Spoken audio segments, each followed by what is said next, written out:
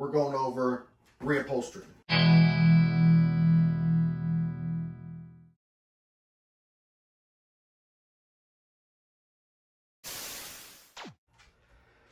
Nothing says old golf course rental like faded, ugly, white, plain upholstery, especially with a hole in it.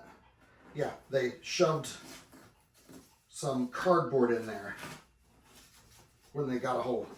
That was the previous owner's stuff, which I guess is better than just leaving the foam coming out. Believe it or not, I've never done this before up until this project. I've read about it numerous times. I know a lot of the do's and don'ts. It's time to try. These are ugly. I'm cheap, so I don't want to go pay somebody else to do it because upholstery people are not cheap. I've already done the seat backs.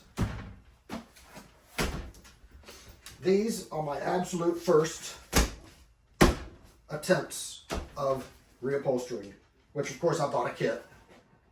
But these are the seat backs. They are not 100% perfect. They are definitely very nice. Most people wouldn't even spot the problems.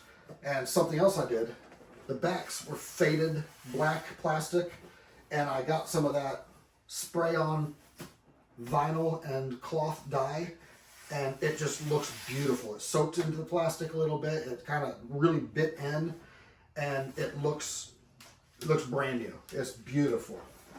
If I haven't posted it yet, then you'll see where I do this on some of the other plastic on the golf cart. It's really gives it a perfect finishing touch. And of course I took it all apart to do that, so the stainless steel, still stainless steel, so that gets back into the details like I was saying before. It's all in the details. El Presidente picks the colors. I think she did okay. It looked pretty good against the blue. Back to this. This is the front seat bottom. This is as facing the front. So this is the driver's seat. And you can see a little bit of an impression here.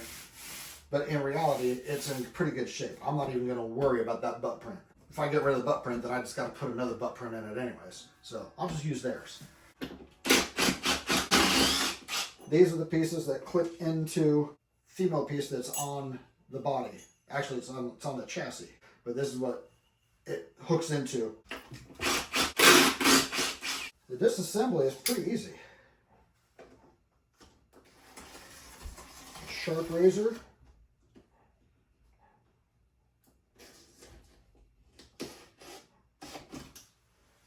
And you just start slicing it up.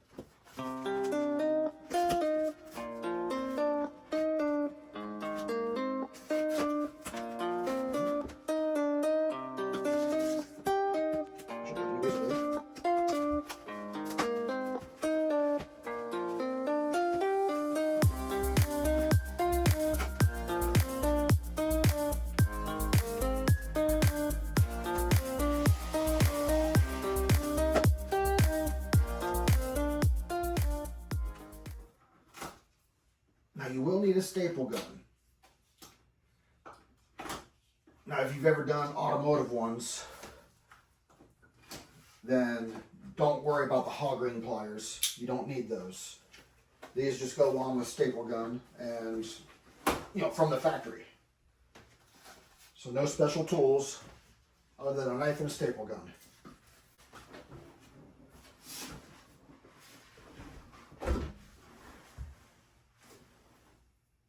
Nice.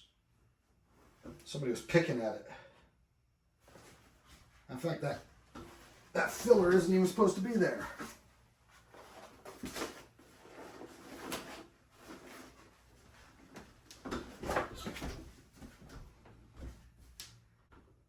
You know what? That's a good enough repair in all reality. To repair this properly, we would have to replace the foam, and that starts getting expensive.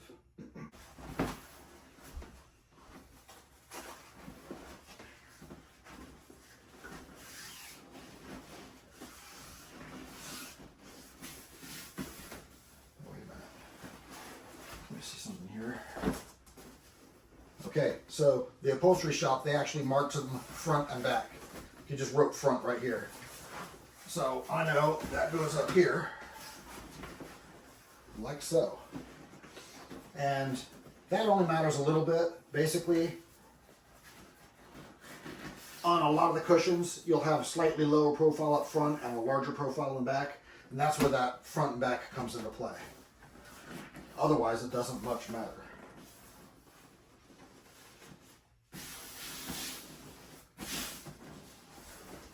Oy. Ugh, this thing is heavy.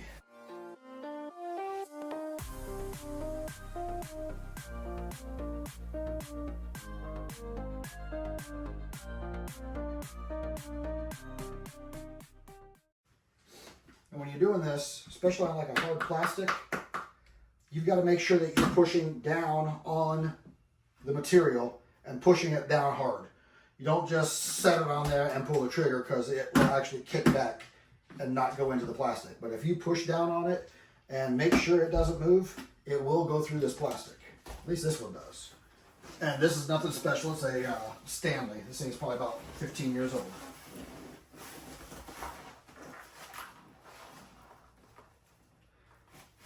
I remember they said to only put a few staples in so that you can check your work and see if you like it. And that's all we're doing. I'm not even going to do the sides yet. Now, some of this was folded for, well, I've had this since Christmas, so I've had it for 3 months. Plus it probably sat under the tree for 2 or 3 weeks. So some of these creases will just disappear with heat and with use. And I'm also going to pull this a little bit tighter when I actually go and do the final product. So you see that's just a little bit too loose. And then the sides look good. You're also looking for the seams. You want them to fall in the same spot on either side. And of course, I'm going to pull that tight also. And hopefully that will be fit just right on the shoulder of the pad of the cushion, and have the seam right there. And you just got to make sure to have straight seams. Little problems will show up. Now, since I want to pull this tighter, I'm just going to pull these out. They come out fairly easy. And if it was just a tear, it doesn't matter, because you're going to end up cutting all this off anyways.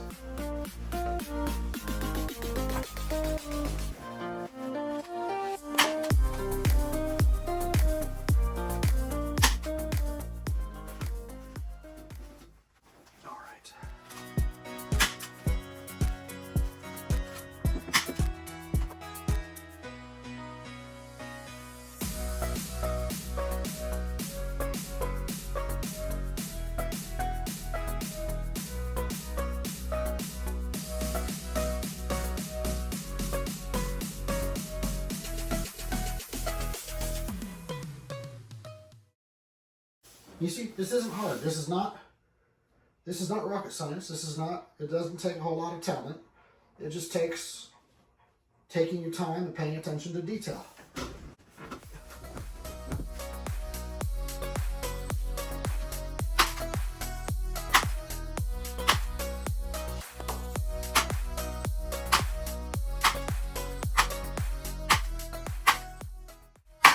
Don't be afraid to use a lot of staples. They make new ones every day.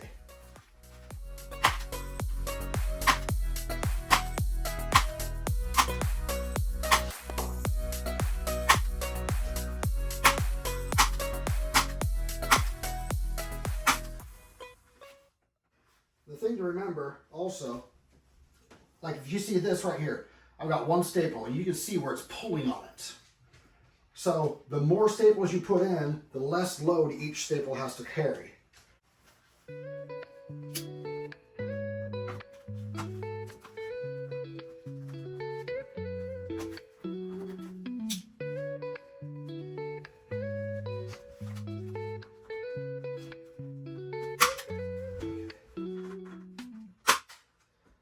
You just got to figure a way to fold the corners and then just be consistent. I just folded that, just a simple fold, straight line. I'm going to have to do the same on the others just to make sure everything is the same.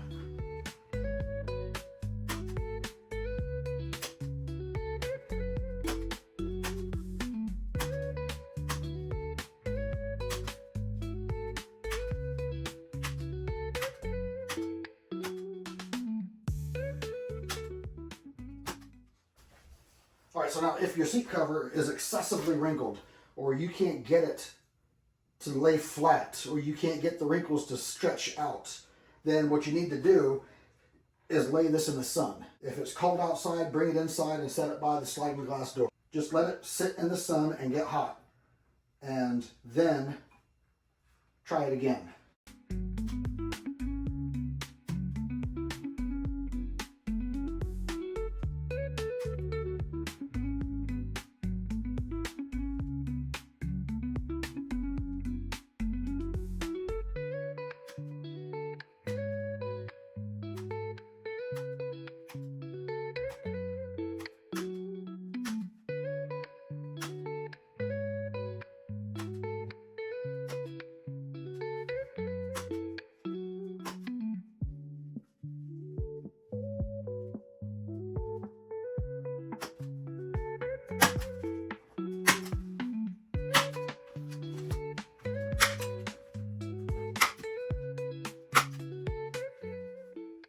Go. Now, the one last step before flipping it over and saying ooh ah is to cut off the excess.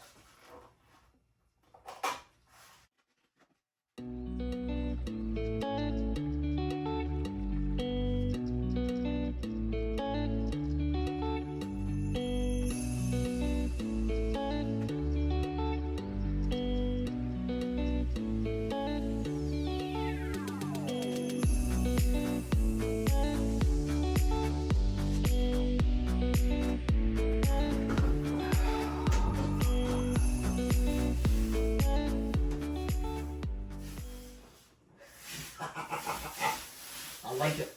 And right here, that spot, that ugly spot, you can see a small bump there. But it's okay. This is an outdoor golf cart. It's not a 100-point restoration. It's just a 30-year-old buggy. There we go. Sits like that.